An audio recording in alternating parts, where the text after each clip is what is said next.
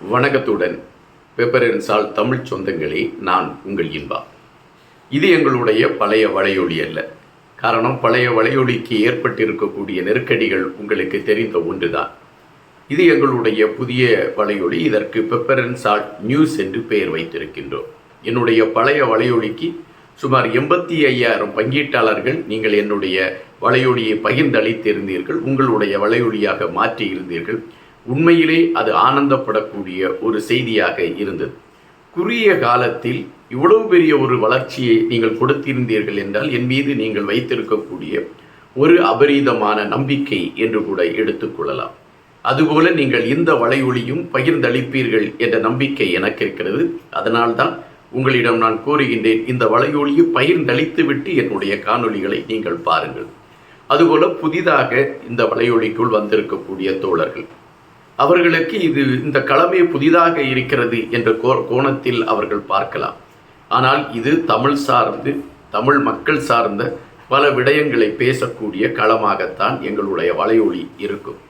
எனவே நீங்கள் பகிர்ந்தளியுங்கள். நாங்கள் வெளியிடக்கூடிய காணொளிகள் உங்களை வந்தடையும். அதுபோல உங்களுடைய நண்பர்களிடமும் சொல்லுங்கள், இப்படி ஒருவன் தமிழ் சார்ந்த விடயத்தை குறித்து பேசிக்கொண்டிருக்கின்றான், நாம் அதை பகிர்ந்தளிப்போம், அவனுக்கு ஆதரவு கொடுப்போம் என்று நீங்கள் உங்கள் நண்பர்களிடமும் என்னை அடையாளப்படுத்துங்கள். அவர்களும் எங்கள் கருத்துகள், அதாவது நாங்கள் எடுத்து வைக்கக்கூடிய கருத்துகள் மூலம் தமிழ் சார்ந்த விடயத்தை தெரிந்து கொள்ளட்டும். அவர்கள் தெரிந்து கொள்கின்ற அந்த நகர்வுகள் எங்களுக்கான அடுத்த ஒரு கட்டத்தை கொண்டு வருவதற்காக அமையும். நவம்பர் மாதம், இந்த மாதத்தை குறித்து உங்கள் அனைவருடைய மனங்களிலுமே ஒரு வலி இருக்கும், ஒரு தேடல் இருக்கும், ஒரு தியாகத்தை தீபங்களாக வழிபடக்கூடிய ஒரு நிலைமை இருக்கும். இது நாம் அனைவருடைய, தமிழர்களுடைய அனைவருடைய மனங்களிலுமே பதிந்திருக்கக்கூடிய ஒரு விடயம். இயக்கம் சார்ந்தவர்கள் தங்களுடைய வாழ்வையெல்லாம் மறந்துவிட்டு இந்த மண்ணின் மானம் காப்பதற்காக அவர்கள் துணிந்து தங்களை அழித்து அவர்கள் தீபங்களாக மாறி நிற்கக்கூடிய காட்சிகளைத்தான் நாம் இந்த மனக்கண் முன்னால் நவம்பர் மாதத்தில் கொண்டு வருகிறோம். இந்த இயக்கத்தின் தலைமையை குறித்து 2009 பின்பு ஒரு அமைதியான நிலையை நீடித்தது. ஆனால் சமீப காலங்களாக இயக்கத்தின் தலைமையை குறித்து ஒவ்வொரு கருத்துகள் எடுத்து வைக்கப்பட்டு கொண்டு இருந்தன.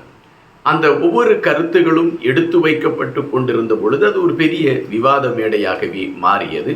அந்த விவாத மேடை மெழுகுவர்த்தி கொளுத்தக்கூடிய அளவிற்கு செல்லக்கூடிய ஒரு கட்டத்தையும் அது அடைந்தது.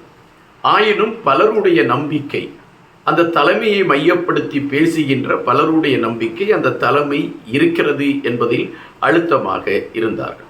இந்த நவம்பர் மாதத்தில் ஒரு பரபரப்பு, ஒரு எதிர்பார்ப்பு எல்லோரிடமுமே இருக்கிறது, இருந்து கொண்டுதான் இருக்கிறது. அனைவருமே நினைத்து கொண்டிருக்கக்கூடிய ஒரு களம், ஏதாவது ஒரு அதிசயம் நிகழ்வதற்கான ஒரு வாய்ப்பு இருக்கிறதா, அதற்கான ஒரு சூழல் அமைவதற்கான ஒரு களம் இருக்கிறதா என்கின்ற ஒரு தேடல் அனைவருடைய மனதிலுமே இருக்கின்றது. நாம் பல வலையொலிகளை பார்க்கின்றோம், பல ஊடகங்களை பார்க்கின்றோம், பலர் கருத்துக்களை பரிமாறக்கூடிய களங்களை பார்க்கின்றோம். அனைவருமே இந்த தேடலோடு இருக்கக்கூடிய ஒரு காட்சியை நம்மால் பார்க்க முடிகின்றது. இயக்கத்தை சார்ந்தவர்கள் அல்லது இயக்கத்தின் தலைமை நினைத்த நேரத்தில் தன்னை வெளிப்படுத்துவதற்கான ஒரு களம் இப்பொழுது உள்ள அரசியல் சூழலில் இருக்கிறதா என்பதை குறித்து நாம் ஆய்வு செய்ய வேண்டியதாக இருக்கின்றது. உலகத்தில் பெரும்பாலான நாடுகள் அந்த இயக்கத்தின் மீது ஒரு தடுப்பை வைத்திருக்கிறது. அந்த தடுப்பு என்பது நீங்கள் தடை என்று புரிந்து கொள்ளுங்கள். ஒரு தடுப்பை வைத்திருக்கிறது. அந்த தடுப்பை மீறி அவர்கள் தங்களை வெளிப்படுத்துவதற்கான களத்தை எடுக்க முடியுமா என்றால் அது பெரிய சிக்கல் என்றுதான் பலரும் குறிப்பிடுகின்றார்கள். எனவேதான் அதற்கான சூழலை அவர்கள் உருவாக்குவதற்கான முயற்சிகளை எடுத்துக்கொண்டு இருக்கிறார்கள் என்பதுதான் பெரும்பாலானவர்கள் சொல்லக்கூடிய ஒரு செய்தி. அதற்கான சூழல் எப்படி அமையும் என்றால், ஒரு பெரிய நாடு அவர்களுக்கு ஆதரவு கொடுக்க வேண்டும். அந்த பெரிய நாடு ஆதரவு கொடுக்கக்கூடிய சூழலில் அவர்கள் தங்களை வெளிப்படுத்துவதற்கான ஒரு களம் அமைவதற்கான ஒரு சூழல் ஏற்படலாம் என்கின்ற செய்தி சொல்லப்படுகிறது. தற்பொழுது பலர் குறிப்பிடுகின்ற செய்திகளை வைத்து பார்க்கின்ற பொழுது 3 நாடுகள் அவர்களுக்கு ஆதரவாக இருக்கிறார்கள் என்று சொல்கிறார்கள். இந்த 3 நாடுகளும் அவர்கள் வெளிப்படுவதற்கான களத்தை கொண்டு வருவதற்கான திறனோடு இருக்கிறதா என்றால் இல்லை என்பதுதான் பதிவு. அனைவருடைய கண்களும் இந்தியாவை நோக்கித்தான் திரும்பி இருக்கின்றது. இந்தியாவில் இதற்கு முன்பு ஆட்சியில் இருந்தவர்கள், இதற்கு முன்பு ஆட்சி செய்தவர்கள் தமிழர்கள் விடயங்களில் ஒரு தெளிவான ஒரு கண்ணோட்டத்தை அவர்கள் எடுக்கவில்லை. அவர்கள் தமிழர்களை ஒரு இகழ்வான நிலைப்பாட்டில் பார்க்கக்கூடிய ஒரு முடிவில் தான் பயணித்துக் கொண்டு இருந்தார்கள். ஆனால் இப்பொழுது ஆட்சியில் இருக்கக்கூடியவர்கள், கடந்த முறை இவர்கள் தான் ஆட்சியில் இருந்தார்கள், இப்பொழுது ஆட்சியில் இருக்கக்கூடியவர்கள் தமிழர் சார்ந்த விடயத்தில் ஒரு தேடலை அவர்கள் வைத்துக் கொண்டு இருக்கிறார்கள். அது கடந்த ஆட்சியிலே நம்மால் புரிய முடிந்தது. ஒரு அக்டோபர் திங்கள் தமிழர்கள் சார்ந்த விடயத்தை குறித்து டெல்லியிலே பேசுவதற்கான ஒரு களத்தை இந்த ஆட்சியாளர்கள் அங்கீகரித்திருந்தார்கள். எனவே இந்தியா அந்த ஒரு அங்கீகாரத்தை கையில் எடுக்கக்கூடிய சூழலில் இயக்கத்தை சார்ந்தவர்கள் வெளியே வருவதற்கான ஒரு சூழல் அமையும் என்பதுதான் பரவலாக எல்லோரும் பேசப்படுகின்ற ஒரு செய்தி. எனவே அதனை மையப்படுத்தி இந்தியாவை தங்கள் பக்கம் எடுப்பதற்கான முயற்சிகளை எடுக்க தொடங்கி இருக்கிறார்கள் என்ற செய்திகளை பல ஊடகங்களில் இதை சார்ந்தவர்கள் சொல்லுகின்ற கருத்துகள் மூலம் அறிய முடிகின்றது.